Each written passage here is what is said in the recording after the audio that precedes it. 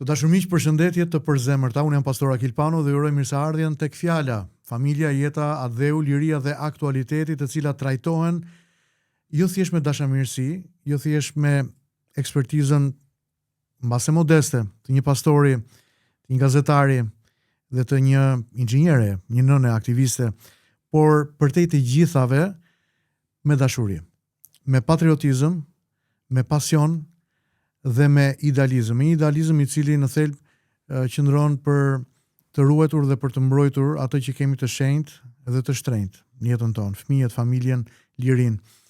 Së bashku me Lindën këtë mbrëmje dhe Armirin do të jemi duke zhvilluar një bashkëbisedim i cili vijon temat që kemi kohën fakt që kemi nisur t'i trajtojmë në raport me mbrojtjen e fëmijëve dhe të familjes, si rrjedhoi e një nevoje për të përballur me efektet që ligji për barazinë gjinore pritet të sjellë shoqërinë shqiptare. Shiko, është një proces, ne kemi thënë, është një proces që ka filluar dekadë e gjysmë më parë, që mori një kthes shumë të shëmtuar muajin e kaluar, dhe nga ana tjetër që ka ngjallur një lëvizje të jashtëzakonshme, reagim qytetar, dhe me modesti ose pa modesti është koalicioni pro familjes që është një organizim i cili ka vite që punon. Pra, ta din shqiptarë që nuk është se ndodhi ky ligj dhe u krijoi ky reagim. Ka vite që punon, por sot do më pëlqente që më shumë se ne të dy pastor dëgjonim Lindën, e të cilën me shumë ëndje e kam dëgjuar në një dy shpjegime të kësaj çështjes së gjinive, dhe mbi të gjitha Linda më zhgullur këtu termi strategji kombëtare. Ka një strategji kombëtare, Ylber, a? Se ti je shumë e ndjeshme dhe shumë më e dhënë se sa ne të dy. Mua më dhëm në fakt shumë, edhe një nga gjërat që më ka tronditur thellë është historia e këtij djalit të vogël që ishte molestuar nga mësuesja e artit në qendrën 10 ose qendra 10 e bashkisë, që nëna e tij tregoi historinë, dhe më ka ardhur të mersi shumë keq kur e ndava këtë histori në një studio televizive, në një emision ku isha e ftuar, më bëri përshtypje se si u hodh, sikur të mos ishte asnjë gjë, sikur të mos kishte ndodhur. Pra si u hodh historia që u hodh poshtë. Jo thjesht u hodh poshtë, por kishte një përpjekje për ta injoruar dhe për ta çbër, për ta relativizuar, për të dukur sikur nuk ishte asnjë gjë. Tani shiko, nëse je duke fol për atë emision që unë kam parasysh se për kë bëhet fjalë, do të kemi parasysh që strategjia në diskutimin e këtij emisioni ishte një person ishte aty për të bërë zhurmë, edhe për të bërë zhurmuesin në mënyrë që argumentat të mos dëgjoheshin, dhe përveç kësaj, përveç zhurmës, ishte edhe strategjia që për hir vërtetës për shkak të eksperiencës që kemi 20 vjet në media dhe në debatet që lidhen me po më shkon 40.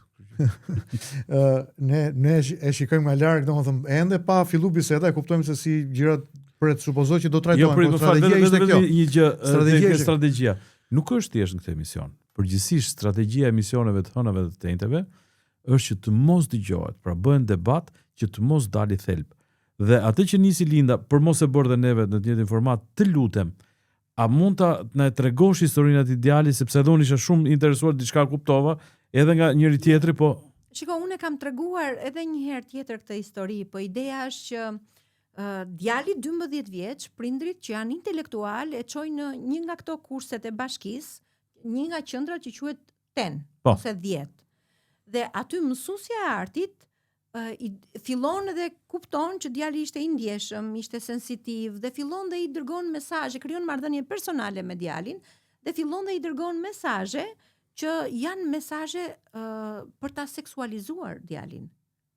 Edhe kam qenë e shokuar, sepse unë i kam lexuar mesazhet, kam qenë e shokuar të kuptoja që grooming quhet në anglisht, ose përpjekja për ta manipuluar djalin, arrin deri aty sa ajo e nxit djalin që të mund të denoncoj babin e vet. Pra një përpjekje që të ndahet fëmia nga prindrit dhe ai të urrej fëmia të urrej prindrit e Më tij. fal, në mos gaboj letërsinë ruse ka qenë një personazh Zhdanovi, mos gaboj, një fëmijë 12 vjeç që denonconte babain e vet dhe ishte hero në Bashkimin Sovjetik. Dhe imagjino sot në 2025-ën, kur presupozohet që ka rënë komunizmi në botë, ti kthehesh në stalinizëm, ti kërkosh një fëmijë si Zhdanovi që të denoncoj babain e vet. Kjo është e tmerrshme. Prandaj neve kur kemi diskutuar këtë ligj këtu, vërtet jemi fokusuar tek seksualiteti, po në fund fare zgjidhje personale, ne jemi fokusuar te pjesa çfarë katastrofë është ligji për shoqërinë njerëzore. Dhe duke nxitur djalin të denoncoj teatrin, e kishte bindur që do ta mësuesja e kishte bindur që duhet të kërkonte ndihmë tek të dy qendra, tek qendra Arsis dhe tek qendra Streha. Dhe e kishte bindur djalin që ato do ta ndihmonin, madje do të kishte mundësi ta adoptojë nga një familje në Japoni, dëgjova unë, jashtë vendit, ku prindit adoptues do të ishin më të mirë se sa prindrit që kishin lindur dhe rritur djalin, madje donin edhe vajzën, edhe motrën e djalit, të dy fëmijët. Kjo a merrnin prindërve. Ku a merrnin prindërve. Lavdi Zotit, fëmijët arritën në kohë që prindit ta kuptonin se çfarë po ndodhte, edhe sot kjo si çështje është në prokurori, nuk është një çështje që unë e fantazoj ose një nën që erdhi tek unë po e fantazon, është çështje me fakte dhe është çështje në prokurori dhe mua më bëri shumë përshtypje. Ndërkohë që unë e tregova këtë histori, kisha përballë një person që merrej me çështjet e krimit, më duket, pra tani po flet për emisionin televiziv, një person që merrej me këto çështje edhe e ignoroi si çështje sikur të mos ishte asnjë gjë. Dhuna nëpër shkolla absolutisht që është një çështje shumë e rëndësishme për të trajtuar, por edhe këtu kemi të bëjmë me një çështje që ka të bëjë me trafikimin e fëmijëve. Jo thjesht me molestimin e tyre, që është një gjë shumë e tmerrshme, por ka dhe të bëjë me një përpjekje për të trafikuar fëmijët shqiptar jashtë vendit. Edhe të merret me një lloj indiferencë të tillë kjo çështje në një emision nga ta shtuquar ekspert të kriminalistikës. Qoftë nga persona që ishin psikolog, gazetar, filozof, teolog, apo nuk e di se çfarë, më ka lënë pa fjalë dhe më ka bërë të kuptoj që njerëzit që kanë një agent nuk ka rëndësi se çfarë historie ju nxjerr përpara. Fiks, më fal. Ata do të vazhdojnë me agendën pa u ndërprer në qëllimin e tyre. Mos luaj që këtu jemi te agenda. Kjo është e tmerrshme. Ne kemi thënë këtu, jo sot, kohë përpara. Ka një agendë të tmerrshme për dehumanizimin. Pra, dehumanizimi ka filluar me shumë element, me shkatrimin e familjes. Natyrisht tani është me marrjen e fëmijëve. Pra, në këtë agendë, një ndër filozofitë që është e hershme është që për njeriu problemi është familja. Dhe duhet shteti të merret kujdeset. Pra ti nuk je më biri mamit dhe babit, ti je biri i shtetit. Shteti kujdeset për ty, përmes organizmave ndryshme. Dhe mami dhe babi është fatkeqësia jote. Këto agenda ne jemi duke i parë nëpër emisione televizive, pikërisht në këto televizionet që ne i quajmë kombëtare, me këto lloj emisionesh, ku çfarë paraqitet? Na paraqitet një shoqëri që është shumë e bukur pa mamin dhe pa babin, një shoqëri që është shumë gazmore dhe romantike, me mënyrën e të jetuarit wok. Por jo vetëm kaq mirë, mësa unë kam dëgjuar historinë edhe nga vetë nëna e fëmijës. Çfarë është drithëruese është fakti që kemi të bëjmë me trafikim. Pra duket sikur po dalin nga errësira, po të vinë dritë çështje që lidhen me trafikimin e fëmijëve. Akil, fal. Neve kemi sot në burg njerëz që kanë ngacmuar të mitur dhe janë për pedofili. Pra kanë ngacmuar seksualisht, mund të kenë ngacmuar me fjalë. Unë nuk e kuptoj se nuk jam jurist. Nëse ti hyn tek seksualiteti i një fëmie, a është ngacmim seksual i një të mituri? Absolutisht. A është pedofili? Absolutisht që po. A janë vepra të turpshme këto? Jo thjesht vepra. Me të mitur. Po, absolutisht që po. Edhe kjo lloj indiferencë mua më shokon. Ky lloj ignorimi më shokon. Në qoftë se ne si nëna le ta lëm profesionin më njan. Nuk jemi as gazetar, as inxhinier, as profesor, as pedagog, as teolog, jemi nëna, jemi baballar, jemi daja ose xhaja, nëse jemi të martuar vetë. Dëgjojmë një histori të tillë dhe hedhim sikur të mos kishte ndodhur asnjë gjë. A jemi ngurtësuar në zemër deri aty? A na ka bërë agenda të verbër? Që të mos na bëjmë më përshtypje asnjë gjë? Pastori ndoshta do të na kujtoj historinë e statujave të Kripës, se më kujtove zemrën e ngurtësuar. A u kthyen shtatore Kripe? Zonja e Lotit po. Problemi është ky që jemi bërë kaq të pandjeshëm si rrjedhoje e pragmatizmit, e përfitimeve, si rrjedhoje e indiferentizmit, pra nuk është puna ime për aq sa nuk më prek mua, si rrjedhoje frikës, jo pak prind na kanë shkruar dhe na kanë thënë që jemi me ju deri në fund, po e kemi të vështirë që të vim dhe të marrim pjesë së bashku në protestë, sepse kemi hallin e bukës gojës edhe mund na pushën nga puna. Pra nuk është pragmatizmi. Është një gjë është pragmatizmi, por në këtë rast nuk është pragmatizëm, është frikë. Kur nuk të afrohet tek dera. Pragmatizmi është çështje idesh. Pra njerëzit që i kanë zgjidhur hallet me ju që i keni fëmijë të rritur, thoni punë e madhe, djali vajza ime janë. Pragmatizmi lidhet me përfitimin. Ndërsa buka gojës, populli thotë nga gjithë litarët skllavërus ai bukës ishte më i tmerrshëm. Absolutisht po. Dhe buka gojës është më e tmerrshme se këto se çështja e pragmatizmit. Se në fund fare me pragmatizmin kur vjen tek dera ti ndalon. Po ka thënë por kur ti je kërcënuar tek buka gojës, ky është terrorizëm me bukë, me uri. Është piramida Maslow, bazë ka ushqimin, do të fillon me ushqimin, janë 2-3 nevoja të tjera. Kur ai të prek tek këto nevoja, atëherë ti nuk ke mundësi të flasësh.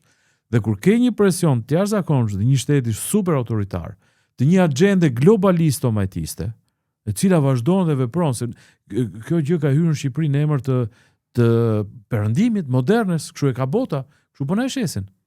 Po shiko, bota ka shumë gjëra që nuk funksionojnë në rregull.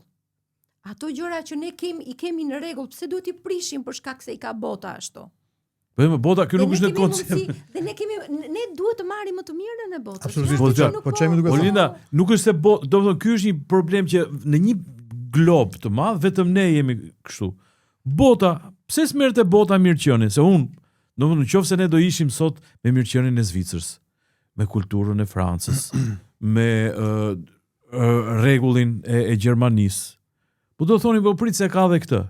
Ne pa drejtësi, pa pronë, pa demokraci, pa liri, por bota ka këtë gjë që është për ne. Dhe çfarë është? Është kundër konsensusit, nuk po e them me 90-99%, po themi shumicës popullsisë. Jemi dakord shumicës? Dhe jo vetëm shumicës, po ne jemi pjesa e cila kemi ngelur në Shqipëri që kemi dalë nga komunizmi.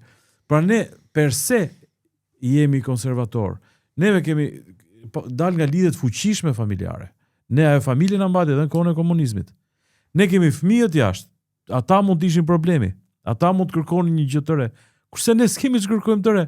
Dhe shumica është kundër. Atëherë pse imponohet kjo gjë? Dhe ky është një terrorizëm që ushtrohet përmes bukës dhe përmes një ideologjie, e cila është duke hyrë në këto forma. Se kemi edhe strategjinë kombëtare. Strategjia kombëtare, plani kombëtar për agendën LGBT.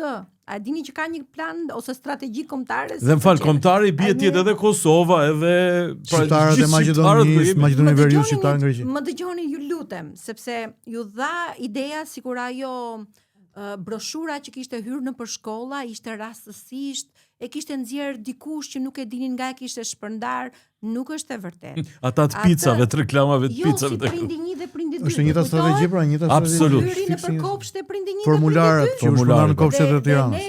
Dhe ne koalicioni për familjes ne denoncuam. Prindrit na e dërguan. Edhe ne e denoncuam me nxorëm, tham, po hyn në përkopshte një formular me prindin 1 dhe prindin 2. Dhe si reagua? Bashkia tha nuk e di kush e ka bërë, ndërkohë që ishin drejtorët e kopshteve që ju kishin dhënë, ose drejtoreshat e kopshteve që ju kishin dhënë prindërve për t'i firmosur këto formular me prindin 1 dhe prindin 2. Hoqën dorë dhe tha nuk e dim kush e ka shpërndar. E njëjta gjë me punën e kësaj broshure. Pyetja ishte a ka një autor, thamë, kush është autori? Nuk e dim, thanë se si është shpërndar, në fakt psikologja doli dhe tha e ka E bërë kam bërë, punonjëse sociale në atë. Ato nuk kanë bërë asnjë gjë pa leje. Ose ka bërë punonjëse socialiste. Nuk e kanë bërë pa leje, sepse ka disa rekomandime dhe ishte si një test për të provuar ujrat. Si do të reagonte shoqëria, si do të reagonin prindrit nëse do testoheshin në një mënyrë të tillë. Do t'ju lexoj rekomandimet që janë lënë qeverisë shqiptare nga disa struktura të ndryshme të Bashkimit Evropian dhe të këtyre organizatave LGBT. Do të çuditeni, dëgjojini me kujdes, nuk i kam shpikur unë, i keni edhe online. Rekomandime.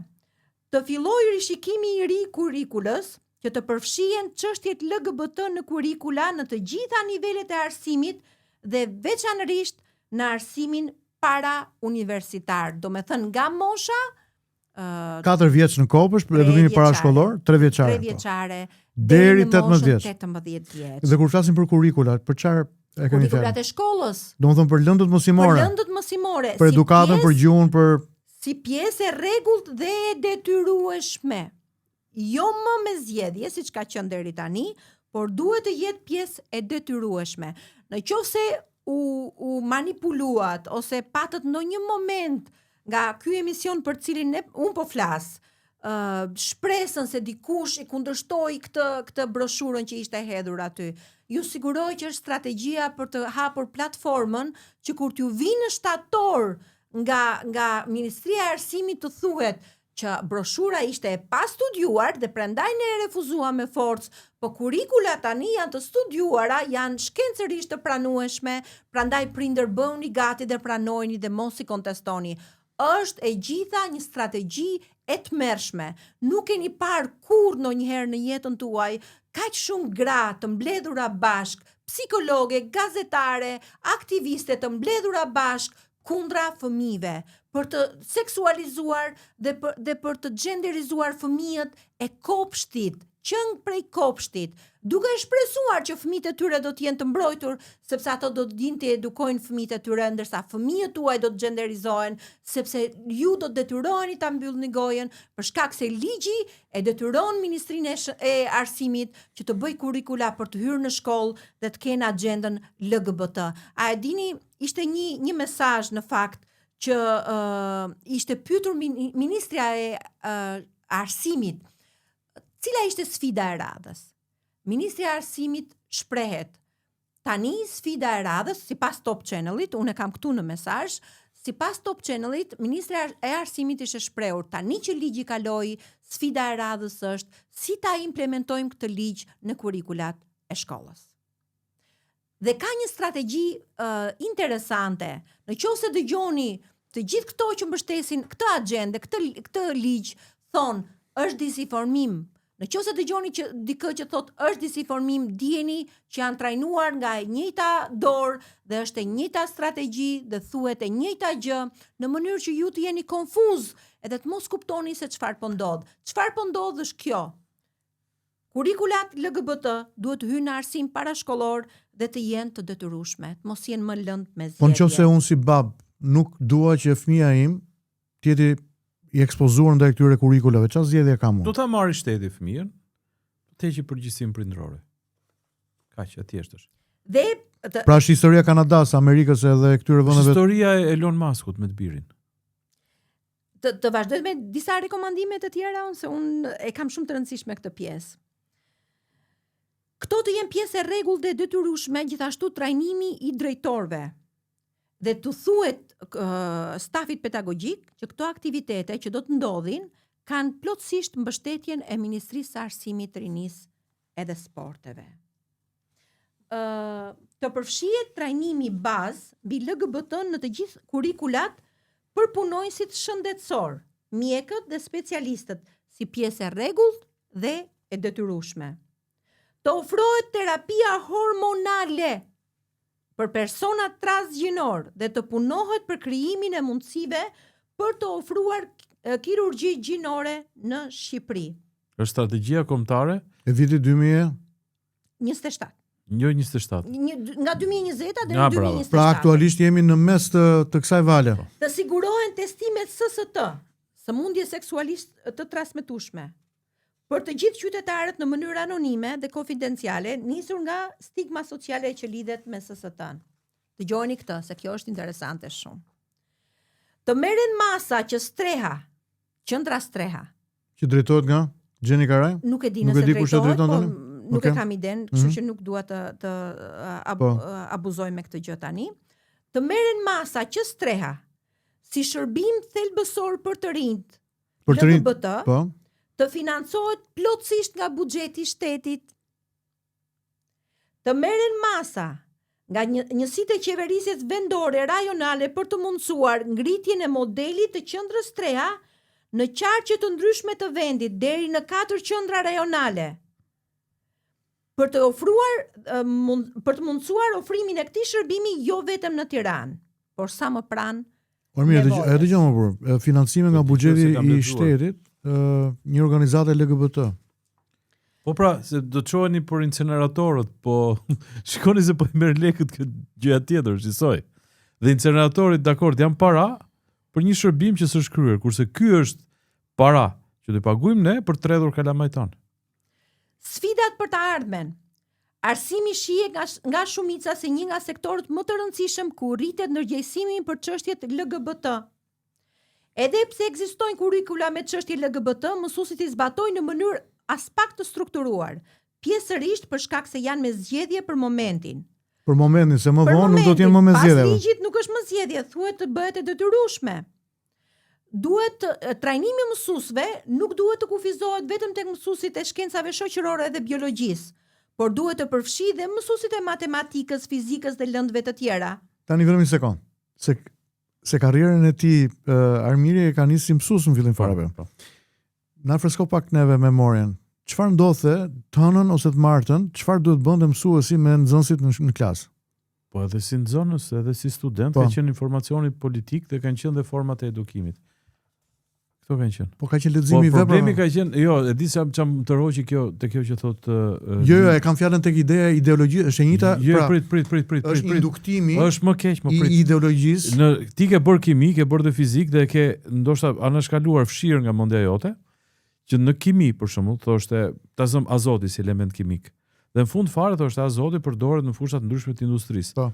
Me ardhen pushtet Partisë Punës në Shqipëri azoti përdoret për plerat kimike, është ngritur kjo Partia Shoku Enver, dhe ti duhet ta thoje në mësim këtë gjë, domethënë mbasi të flisje për azotin, për ndërtimin e asaj strukture, të flisje për këtë gjë. Po ashtu duhet të flisje tek ligjet e fizikës, duhet direkt Partia dhe Shoku Enver ka thënë. Po. Po gjithsesi, ne kemi fshirë nga truri dhe dim se si funksionon ligji i kulonit, ligji ku diun rezistencës i ohmit e këto me radhë. Pa partinë. Kurse këtu nuk ka rëndësi si funksionon fizika, ka rëndësi që mësuesi do marrë 2 priza edhe do ja bëj kështu. Këto të dyja mund të bashkohen, thot mësuesi. Dhe nxënësit të ngel në mendje kjo gjë, sepse mësuesi kimis, mësuesi fizikës, në vend që të japin një shkencë sakt, do të jenë komisar për genderizimin e një brezi që brenda 10 vjeçare do fillojë në qeverisë. Do të prodhoj politik, ideologji, ekonomi, jetë sociale dhe gjithçka tjetër. Është shokuese në fakt. Sepse normalisht edhe në fizik ne flasim që 2 të kundërta tërhiqen. Dy të njëjta shtyhen. Tani si do t'ja bëjmë mësuesi fizikës që ta shpjegoj këtë gjë? Ta bëjmë bështym atë. Nuk tërhiqen, prap do shtyhen. 2 të njëjta plus me plus do të shtyhet. Kështu kemi mësuar ne. Mos më mban të flas. Okej. Disa mësime vazhdojnë rekomandimet. Disa mësime duhet nxjerrë nga përpjekjet e bëra në vitin 2018 për edukimin e nxënësve të shkollave të mesme në Tiranë, që çoi në shumë gjuhë urrëtie në media dhe protesta të prindërve, që kanë ngritur prindërit në 2018 pas ka protestuar fort. Sugjerohet ndër të tjera që të ndiqet një qasje graduale, duke nisur edukimin për çështjet LGBT në universitete, në të gjitha qytetet në Shqipëri, kur nuk ka problem me fëmijët nën 18 vjeç, sepse normalisht për universitetet nuk e nevojë të marrësh lejen e prindit për të edukuar fëmijët. Dhe kjo dhe nuk ka nevojë për lejen prindërore. Dhe më pas, kjo të përparoj tek nxënësit më të rinj, për të bërë një plan të detajuar veprimi për arritjet në shkollat e mesme, në të gjitha hapat dhe lejet e përfshira, duke filluar me një fushat informimi për prindrit. Të dashur prindër, broshura që u shpërnda në për shkolla, që u tha që nuk e dim kush e nxori, është pjesë e rekomandimeve dhe strategjisë kombëtare për çështjet LGBT. Pra nuk është e shpërndar nga një psikologe apo punonjëse sociale që u ngrit një mëngjes të bukur nga gjumi dhe tha, sot unë do edukoj prindrit e shkollës. Duke printuar disa flet palosje si dhe duke edhe shkolla, më duket Lidhja Prizrenit. Lidhja Prizrenit. Nuk ishte rastësisht. Është e shkruar këtu. Zbatim i planit strategjik. Duhet të edukohen prindrit në mënyrë që prindrit pastaj të bëhen aleat me mësuesët që të edukojnë, të gjenderizojnë fëmijët e tyre. Tani, duhet të them diçka për një gënjeshtër të madhe që më del këtu në këtë moment. Nëse ka një strategji kombëtare e cila thot 2027 atje do të përfundoj kjo gjë. 2027? Po pra, 2027. Jo, është më shpejt. Deri në 2020 më duket ka filluar që në 2016. Deri në 2020 janë rekomandimet, pastaj vazhdon procesi 2020-2027. Eksakt. Për këtë vazhdimin e procesit, kur do kalonte ligji, dëgjova një ministër qeverisë që i shpjegonte parlamentit që është një kërkesë e Bashkimit Evropian që na e kërkon brenda këtij viti kalendarik. Atëre, është kërkesë e Bashkimit Evropian që na kërkon këtë gjë, apo është një strategji kombëtare shumë më e gjatë? Jo, së puna kombëtare, sepse ajo dikush e ka, dhe çështja është kush ka vënë firmën te kjo strategji kombëtare? Kujt është kjo strategji kombëtare? Kush e ka bërë? Pra, tek dikujt të bën një armir një strategji kombëtare të një gjëje, apo është i përfshirë shteti shqiptar? Po patjetër që është i përfshirë. Po në rast se flitet për kurrikula mësimore, por Ministria e Arsimit dhe struktura të tjera, do të thotë që kjo nuk është çështje e një shoqate, çështje e një personi, është çështje e politike në pushtet. Dhe pula vezën apo veza pulën, është kjo agjendë e cila po i serviret Europës dhe po i thuhet na hidhni dhe ju një litar që të ecë më shpejt, apo padashje Europa na pas ka thënë që nxitoni se është hapur dritare që ju tyni. Mo më del që strategjia është një parabrëgatitje shumë e gjatë. Dhe gjithashtu këtu rekomandohen që duhet të përfshihen bordet e prindërve të shkollës dhe organet e tjera publike që të përfshin çështjet LGBTI në programet e tyre.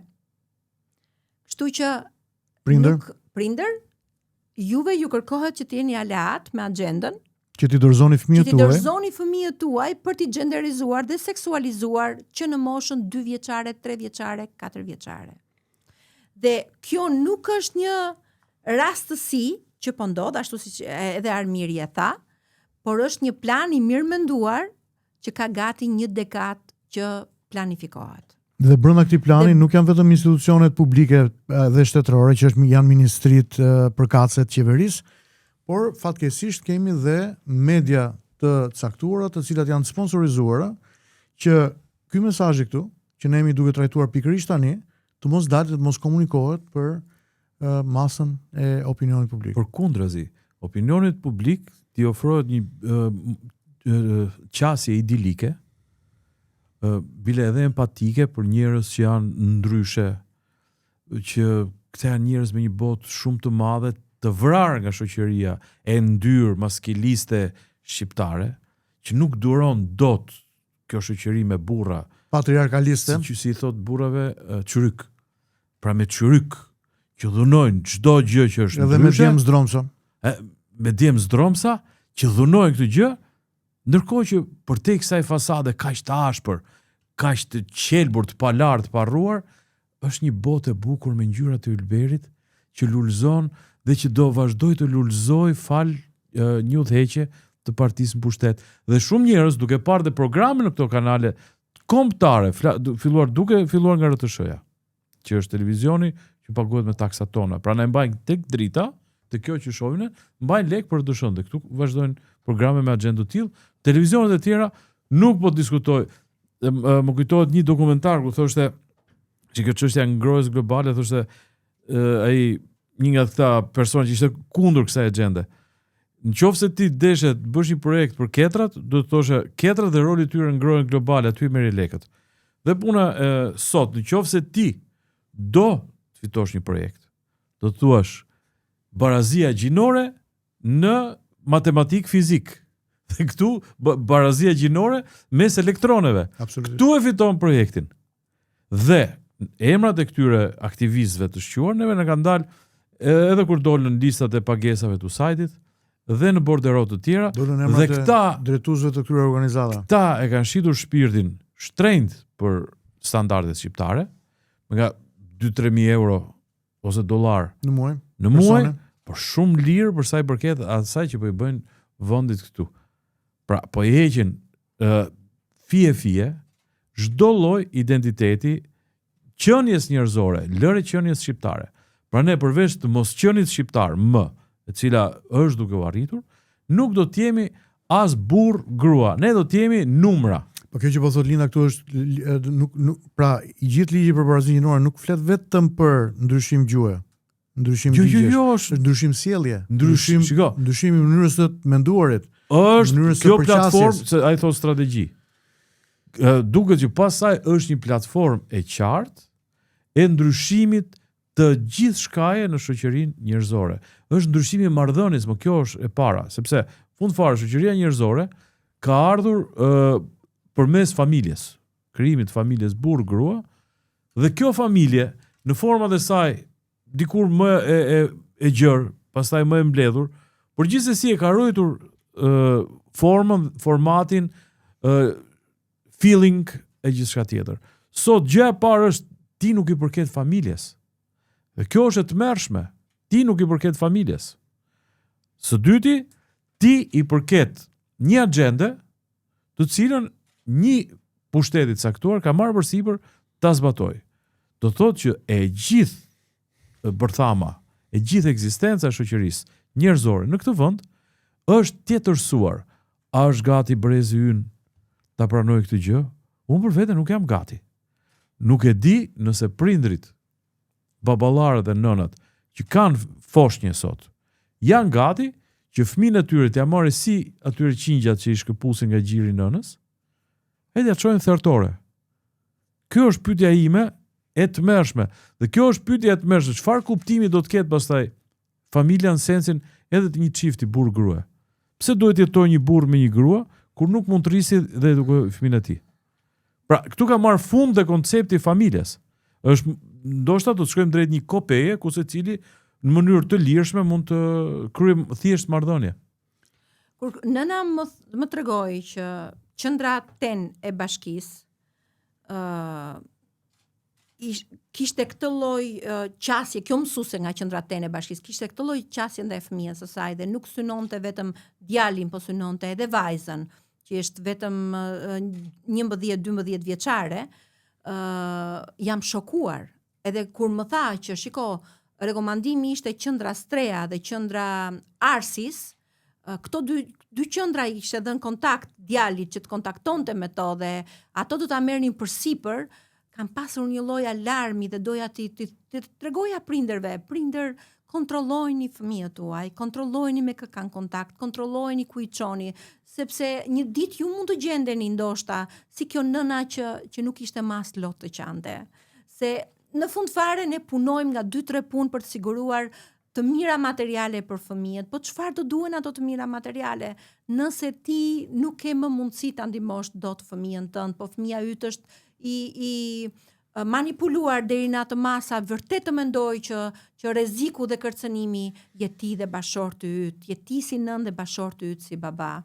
Kështu që kujdesuni dhe keni vëmendje tek fëmijët më shumë se sa të siguroni gjërat materiale që ndoshta janë të nevojshme një pjesë për tyre, po jo aq të domosdoshme. Më mirë me pak dhe kujdesuni nga ana që fëmia të ketë ngrohtësinë, dashurinë, kujdesin tuaj, vëmendjen tuaj, sesa ti ketë të gjitha gjërat materiale dhe të shkojnë në këto drejtime që ne po diskutojmë tani. Një gjë tjetër që dua të diskutoj unë. U fol në këtë emision që në broshur ishte një nga pikat që quhet body shaming. Si më thënë në shqip kjo body shaming? Turpi nga trupi, ose nga trupi yt ose nga trupi tjetrit. Po në fakt Unë kjo do është t'ju kjo shokoj. para se të vjosh. Kjo historia e turpit nga trupi është diçka që lidhet që me rënien fillestare të njerëzit Adamit dhe Evës në Eden pas mëkatit fillestar. Ajo që ndodhi me njeriu ishte pikërisht turpi, fshehja. U fshehën të dy, Adami dhe Eva, nga Zoti dhe nga njëri tjetri, kur Zoti vjen kopshtin e Edenit, kështu vjen rrëfimi i zanafillës. Thret Adam ku je? Adami del, edhe kishte mbulur lakurisinë e tij me gjethe, edhe thot kisha frikë thot sepse isha lakuriq. Edhe kisha turp. Pra, turpi që lidhet me lakurisinë. Po unë do t'ju shokoj me një gjë tjetër në fakt. Me këtë body shaming. Këto kishin nxjerr një figurë kur kalamajt preknin trupin e vet në atë dhe ideja që nuk duhet të kesh të zhveshur. Gjysmë të zhveshur dhe nuk duhet të kesh frikë nga trupi yt, domethënë, kjo ishte ideja. Se ku e kam parë një fotografi të tillun. Pa. Një burri. E kapi atë që doja të thoja unë. Body shaming. Po jo vetëm. Ja të ju lutem ta mbaroj këtë. Është e madhe, kjo është e madhe. Më lejoni ta mbaroj këtë. Në disa broshura që un kam parë për fëmijët e kopshtit jashtë vendit, jo në Shqipëri, nuk i kam parë në Shqipëri, ishte që fëmijët e kopshtit duhet të preknin prindrit e tyre në organet gjinitale. Pra vajza të preki organet gjinitale të babait dhe anasjellas djali të nënës. Dhe kjo ishte ideja që në këtë mënyrë fëmijët i shturpëronin për idenë e turpit për trupin. Tani të bëj një pyetje. Dhe në qoftë se ju e keni parë në kohën e fushatës. Po për më le ta bëj pyetje pra. Mbase kryeministri se gjatë kohës fushatës ne trajtuam këtë gjë. Nuk e di e kujton apo jo. Ishte gjithë të rinjt, të rejat, fëmijët, adoleshent aty rreth e qark vetes, kishte edhe 12-13 vjeçar aty, të cilëve kryeministri i kërkoi, madje i tha mund shkoni dhe mund kërkoni fotot e mia nudo. I keni në internet plot. Mbase kryeministri pikërisht të ka dashur të bënte apo jo? Dhe unë na nxirri turpin. Të nxirrte turpin fëmijëve tan në raport me gjenitalet e tij. Dhe për mua, domethënë, në qoftë se kjo nuk ju lëviz stomakun dhe zemrën, unë nuk e di se çfarë do t'ju lëvizi. Sepse është e rëndë përtej të rëndës. Dhe një nga Pra këta kanë marrë përsipër që t'i heqin turpin fëmijëve tan. Duke treguar trupin. Duke promovuar incestin. Duke promovuar lakurisinë që fëmia më keq se sa lakurisia. Pedofilin dhe incestin. Pra, në qoftë se fëmia prek organet gjinitale të prindit, është incest dhe pedofili. Është incest.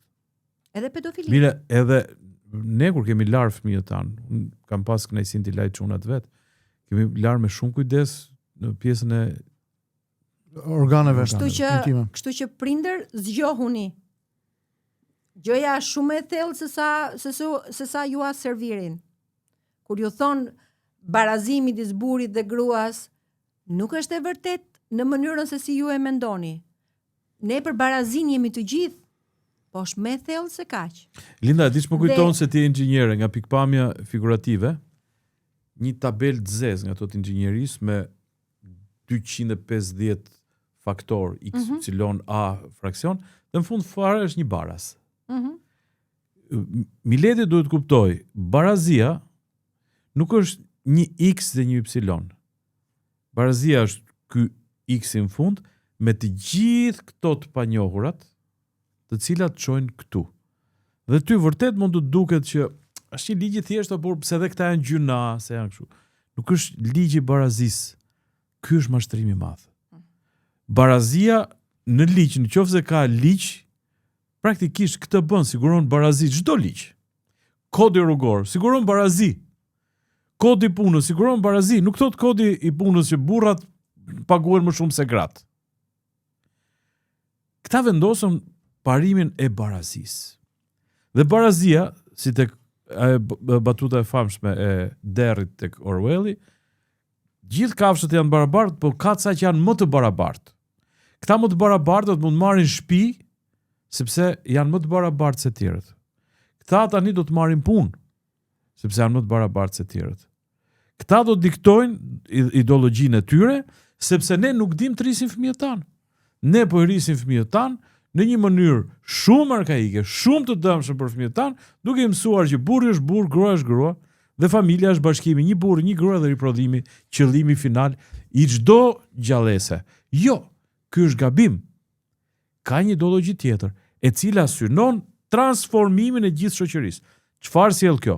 Komunizmi e tentoi këtë gjë, krijimin e njeriu të ri dhe një marrëdhënie të re shoqërore, dhe rezultoi me 100 milion të vrarë komunizmi dhe me tjetërsim të individit. Pas luftës së dytë botërore. Pas luftës jo nuk ka luftë. Jo vlla, 100 milion, mbi 100 milion, 120 milion të vrarë. Nga komunizmi. Nga regjimet komuniste me popujt e tyre. Popujt e tyre pra. A dini që dëgjova që një nga shtetet në Europë kanë nxjerrë një ligj që nëse do të promovohet komunizmi, do të kishte deri në 5 vjet burg, nuk e mbaj mend. Duket Çekia mos gaboj. Polonia ose Çekia. Po. Dhe një gjë tjetër që doja ta ndaja me ju është që gjitha këto ligjet paketohen me tituj të bukur. Për shembull, shëndeti seksual dhe riprodhues. Ndërkohë fshihet brenda surrogacia, sterilizimi me prerje dhe aborti para djeninë e prindërve e gjithë gjërat e tjera. Barazia gjinore. Normalisht kush nuk është për barazi gjinore? Ne të gjithë jemi për barazi gjinore midis burrit dhe gruas.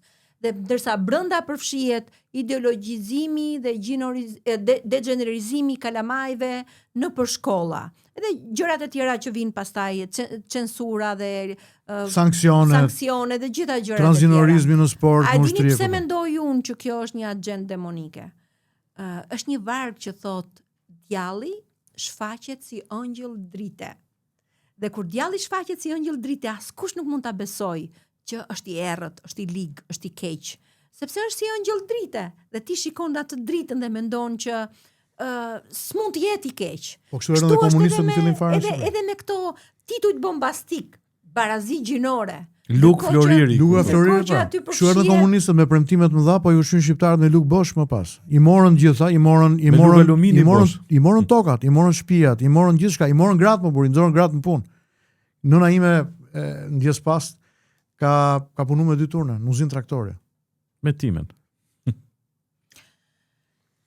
Unë kam edhe një mesazh për personat që menduan që ndoshta kjo protesta nuk zgjidhi asnjë gjë, dhe nuk ishin aq shumë njerëz në shesh sa prite që të ishin, nëse prindrit do të ishin të alarmuar nga ky projekt ligji, atëre nga ligji tani, atëre do të ishin në shesh. A dini, protesta është si kambana. Dhe kambana bie për çdo njeri. Bie për ambasador, bie për drejtor, bie për ministra, bie për kryeministra, bie për deputet, bie për berber, bie për njerëz të thjeshtë, bie për mësues dhe bie edhe për pastruesit e qytetit. Kambana bie për çdo njeri. Lum ata që kanë veshin e hapur dhe dëgjojnë kambanën, sepse kështu do të bëhen pjesë e historisë në anën e dur. Dua t'jap dhe një mesazh, një ish prifti dhe një ish pastori. Pra këta dy persona, sepse janë 2 persona të ndryshëm. Okay. Sepse i kam dëgjuar që prezantohen akoma si të krishterë dhe thon akoma që besojnë. Unë nuk e di se si mund të besoj një njeri që dikur e ka njohur misionarizmin dhe sot barazon agjendën, siç ai e quan, agjendën e familjes me një agjendë të tillë që kërkon të seksualizoj fëmijët dhe të shkatroj familjen. Unë nuk e di se si mund ta quaj veten të krishter një ish pastor që e quan patriarkatin si një gjë që duhesh hedhur dhe duhej larguar prej tij, edhe me ligj. Ndërkohë që Bibla ka në themel dhe në thelb të vet patriarkatin. Burrin, babain. Dhe burrin si drejtues të familjes. Udhëheqjen e burrit. E kam parë dikur këtë person që bënte dramatizime e një burri ose gjyshi me mustaqe që mësonte fëmijët se si duhet të silleshin. Ndërsa tani e shoh të bëj ligje që kërkojnë të seksualizojnë fëmijët që në kopësht, dhe pastaj ju bën thirrje kishave dhe xhamiave që të hapen për t'i ndihmuar këta fëmijë që janë seksualizuar që në kopësht, që të ndryshojnë sjelljet e tyre, ndërsa janë të rritur dhe shkojnë nëpër kisha dhe nëpër xhamia. Hipokrizia nuk mund të jetë më e thellë dhe më e madhe se sa kaq. Megjithatë, të dyve unë dua t'u jap mesazhin, sa ka frym ka shpresë. Ai që e do Krishtin vërtet, është ai, thot Krishti, që i ka urdhrimet e mia dhe i vendos ato në praktik. Kështu që mjaft me hipokrizin, besoni në misionarizëm sërish, jo tek ishtari, as tek mamoni, sepse As tek bali, sepse normalisht Perëndia nuk i toleron rivalët. Megjithatë, unë ua them me gjithë zemër që do të lutem dhe do të shpresoj deri në fund për kthimin tuaj. Ndërkohë, ndaloni së përdoruri si instrumenta për të gënjyer të doptit dhe për ata që mendojnë që të jesh i krishter mund të bësh dhe ligje për të seksualizuar fëmijët. Dhe atë që unë thash më parë, sa ka frym ka shpresë. Lutem që Perëndia t'ua japi edhe një herë të pendoheni dhe të ndihmoni fëmijët shqiptar të dalin nga ky mangth i tmerrshëm tek i cili ju kërkoni t'i fusni, njëri nëpërmjet opinioneve në media dhe tjetri duke bërë ligje dhe duke i promovuar këto ligje në çdo cep. Edhe unë bashkojmë tërësisht me lutjen e lindës dhe ftoj gjithë besimtarët e vërtet që të lutemi së bashku për të mbrojtur fëmijët, për të mbrojtur familjen. Por këtu në këtë rast na vjen Shëmpali ndim, na vjen letrat e tij në Testamentin e Ri, i cili në një moment thot, dolën prej nesh, por nuk ishin nga tanët. Unë shpresoj me gjithë zemër. Mbase është ky, jo unë këtë do thoja që mbase ky është realiteti dhe mbase kjo fjalë e thën nga unë sot këtë mbrëmje, i vlen sepse mund i trondis nga themelet dhe secili do ta nis analizën me jetën e tij. Edhe me mënyrën se si vijon veprimtarinë e tij në fushat përkatëse. Edhe një gjë tjetër, sepse u diskutua ideja që të bëhet protest do leka, u tha aty në ata. Unë gjej rastin për të falenderuar nga zemra të gjithë ata njerëz që kontribuan që kjo protest edhe financiarisht, grupin organizator të protestës, që kontriboi financiarisht nga lekët e tyre, nga rroga e tyre, që kjo protest të bëhej e mundur. Faleminderit nga zemra dhe unë e di që ka më shumë gëzim kur jep se sa kur merr dhe e di që Zoti ka një shpërblim të madh. Veçanërisht kur jep për një kauzë të drejtë. Që japin për një kauzë të tillë. Armir. Unë mendoj që këtë mbrëmje çdo lloj teme tjetër sado brillante të ishte, nuk do t'i shërbente këtyre të vërtetave të mëdha, të cilat kanë dalë në dritë mes ne të treve, rreth kësaj tryeze, për gjithë shqiptarët si kur ndonjëherë më parë. Shpresoj që se puna është që vesh kanë të gjithë. Edhe qeni ka vesh, edhe deri ka vesh, edhe kali ka vesh, edhe njeriu ka vesh. Puna është sa i vë vesh atyre që thuajnë. Unë mendoj që ne kemi thënë fjalët e zemrës dhe të mendjes tonë. Çfarë mendojmë? Pastaj secili le të bëj si doj. Bota është një vend i gjerë, neve do të gjejmë mënyrën për të jetuar jetën me ato parime dhe me ato bindje që kemi vetë dhe do të luftojmë për të. Pjesa tjetër ndoshta nuk duhet qaj kur të jetë vonë. Duhet kujtoj këtë mbrëmjen e sotme, duhet kujtoj protestat, se s'është një. U bë protest para parlamentit, u bë protest çështës Skënderbej. I kemi bërë podcast çdo javë dhe kjo është për këtë arsye që po të mblidhemi për të thënë njerëzve ato që ne mendojmë dhe ndjejmë për këtë kaos. Në fund fare, secili pastaj çdo berr varet në këmbë veta. Secili ta gjykojë me mendjen e vet, ta kalojë në trurin e vet, ta peshojë. Në qoftë se i bie më mirë që për një kafshat bukë ose për një vend pune, të sakrifikojë familjen, të humbas fëmijët, të humbas vetveten, dhe të kthehet në një cop mishi, disa 10 kilogramshe që ecën deri në ditën e varrit, deri në ditën e gjykimit vetëm, se s'është deri ditën e varrit. Le ta bëj. Ne nuk do të mbajmë njëri me forcë dhe nuk do të rrahim as vrasim njëri. Kupton, nëse kemi një pastor, nëse kemi një zonjë nderuar, cila vjen me parimet e besimit në Zot, po edhe unë me parimet e besimit në Zot, jam këtu dhe me besimit në familje. Ne kemi fjalën, siç ke edhe podcastin, ne kemi fjalën. Dhe fjala jon i lutem njerëzve thjesht ta dëgjoj, të hapi zemrën, pastaj të bëj siç të janë ndaj zemra. Po ta dëgjoj, ta kaloj në përmend. Nuk është puna se kush po e mbar të mesazh. Është puna që ato që zonja jote i lexoj, nuk janë as fantazi, nuk janë as trillime, nuk janë as opinione. Janë gjëra të marra nga dokumenta zyrtare, strategjia kombëtare. Dhe kjo strategji kombëtare na tregon se si do të ndryshojë shoqëria shqiptare brenda një dekade. Pra ju që keni dalë nga komunizmi dhe e dini që brenda një dekade u morën pronat, u kolektivizua, pastaj një dekadë më vonë u azgjësua feja, ta dini që sot do të azgjësohet familja dhe ju vërtet biologjikisht mund të diku në përbot keni një fëmijë që nuk do të dihet se ç'do jetë djalë apo vajzë, por që s'është absolutisht i juaj, dhe ju s'do të jeni askujt më. Këtë botë do të jeni një pikë e humbur, një fluc sapuni që do të jetoj për të ngrënë edhe me nder për t'ia shqitur kaq. A mund të them edhe një gjë tjetër, sepse Absolutisht po. pash që është bërë një desinformim i madh në 2 emisione të ndryshme, dëgjova që u dhan statistika të tipit ka 1000 martesa dhe 4000 ca divorce. Në fakt nuk është e vërtetë, është një gënjeshtër e madhe nga Instati. Të dhënat e Instatit janë që janë rreth 16.000 ca martesa dhe 4.000 divorce. Patjetër që numri i divorceve është alarmant, edhe është për të parë me kujdes dhe për të ndihmuar familja që të mos shkojnë në këto nivele divorci, po ju lutem mos desinformoni me idenë që ka vetëm 1000 martesa dhe 4000 divorce, kështu që martesa duhet hedhur tani sepse nuk po e vlerëson njëri. Janë 16.000 e ca martesa në vit dhe vetëm 4000 divorce.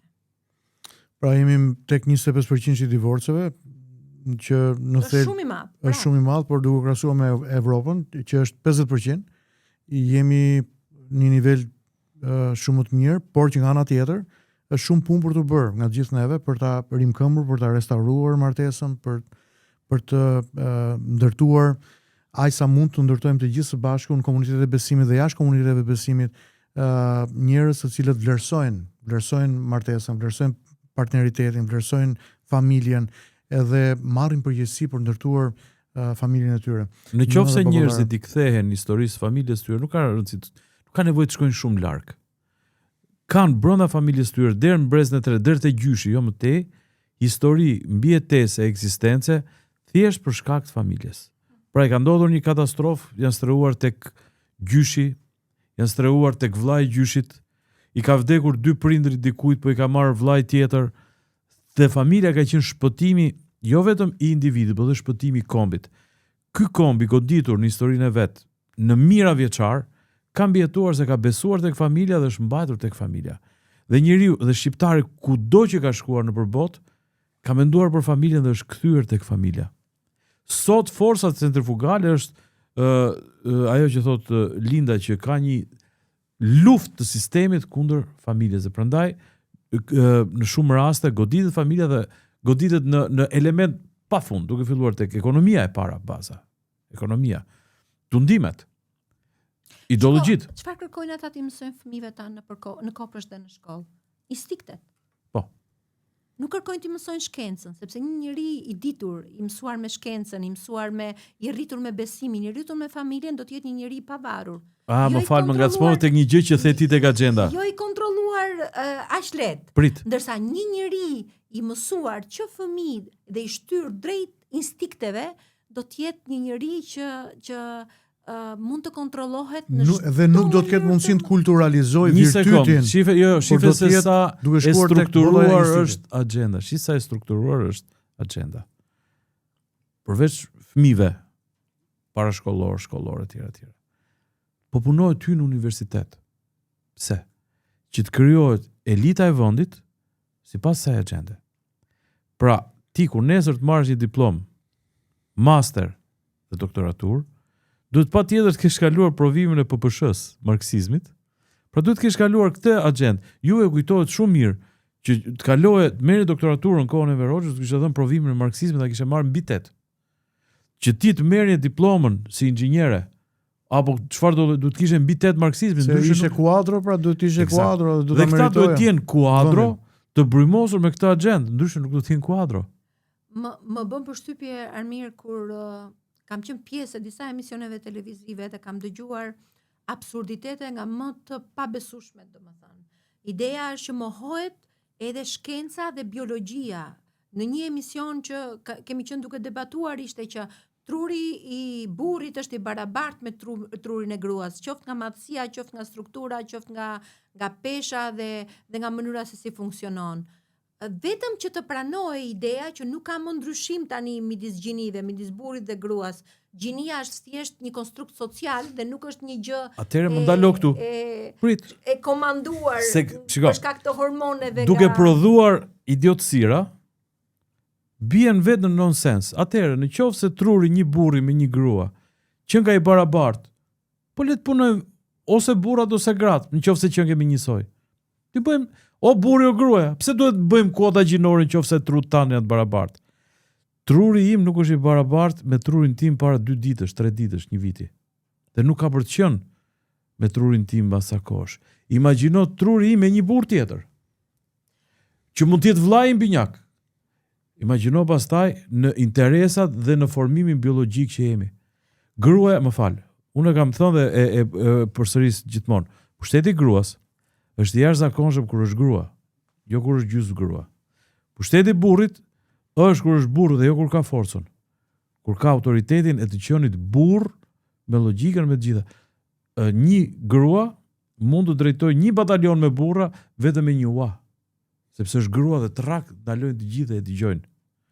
Mënyra të menduarit të grave është shumë e shëndetshme në një çift, pale në një familje. Shumë e shëndetshme, gratë kanë bërë familjen. Burri ka dalë ka punuar. Burri ka qenë se thon është gruaja sklavja e shtëpisë. Jo, më jo, gruaja ka qenë zonja e shtëpisë. Administratorja. Burri ka qenë kali i shtëpisë, kuptimin nëse do e vulgarizoj. Burri dilte punonte nar, burri siguronte mirë. Po gruaja mbante familjen. Kur burri kthehej në darkë, gjende familjen e mbledhur, fëmijët e edukuar me hijen e babait, se gruaja thoshte do vi babi, do i them babit. Edhe babi ishte autoritet. Po gjuhën, kulturën, prallat, mamja ka treguar fëmijëve. Ashtu. Ideja është kjo që ne me gjithë këto informacione që ju dham, nuk jemi dorëzuar. Ne po vazhdojmë po luftojmë që ky ligj të kthehet mbrapsht. Sepse është një nga ligjet më antikombëtar dhe më antifamilje që antinjerëzor që mund të ekzistojë ndonjëherë. Kështu që hapat e radhës ne do t'ju mbajmë me dije, në kontakt. Ndoshta do të ketë protesta të tjera nëpër qytete të tjera. Po edhe në Tiranë. Por ndërkohë dhe në Tiranë do të vazhdojmë gjithashtu. Por po punojmë që ta çojmë këtë ligj në gjykatën kushtetuese. Dhe do të jetë shumë shpejt. Në momentin që ne shikojmë që afatet janë përmbushur, hapi tjetër i radhës do të jetë menjëherë në gjykatën kushtetuese dhe po shikojmë për hapësira ligjore për të bërë referendum. Po ndërkohë që do të bëjmë protesta, unë lutem që jemi 2 fishi, 3 fishi njerëzve që ishim aty në shesh, që njerëzit që shikojnë me skepticizëm të kuptojnë që shqiptarët nuk janë në gjumë dhe shqiptarët mund të falin çdo gjë, po fëmijët nuk t'i falin. Edhe një gjë për çështjen e protestave, Linda, duhet i themi njerëzve. Ndoshta mund të mërzitet dikush në pushtet. Nëse ti je socialist, nëse ti je demokrat, nëse je pa parti, mund të mërzitet. Por nuk je duke goditur pushtetin në sensin që kanë frikë ta të qenies në pushtet të një force politike. Po i thua pushtetit, po i them në këtë rast socialistëve.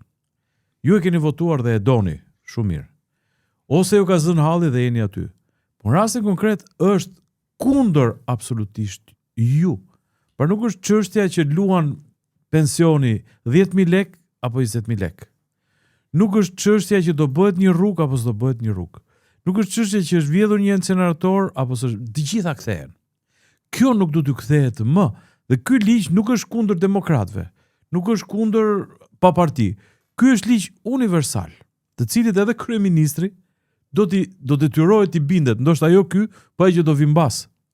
Pra, nëse i thoni partisë tuaj, ju duan fort, do të votojmë për ju, por këtë ligj na e hiqni. Na e hiqni se ky ligj nuk përputhet në radhë parë me realitetin shqiptar, rreth të dytë me çdo lloj parimi, duke filluar moral, biologjik, shoqëror e tjera.